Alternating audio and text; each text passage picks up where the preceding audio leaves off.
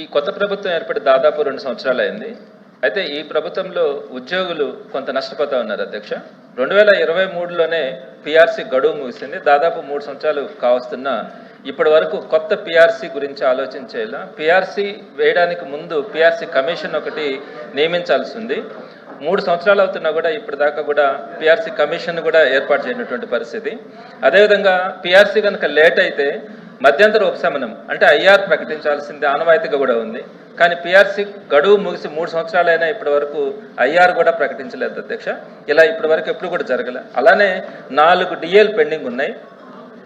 ఇంతకుముందు 2024 దాకా ఒక్క డిఏ కూడా పెండింగ్ లేకుండా క్లియర్ అయితే ఇప్పుడు 4 డిఏలు ఉన్నాయి.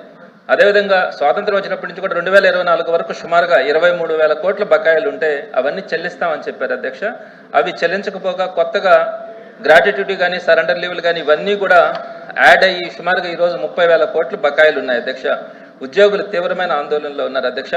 పేద కుటుంబాల నుంచి వచ్చి కష్టపడి చదివి ప్రభుత్వ ఉద్యోగాలు సాధించి పనిభారం, పథకాల నిర్వహణ, ఒత్తిళ్ల మధ్యలో వాళ్ళ విధులు నిర్వహిస్తూ ఉన్నారు. అలాంటి ఉద్యోగులకు ఇప్పుడు మనం న్యాయం చేయాల్సిన అవసరం తప్పకుండా ఉంది అధ్యక్ష.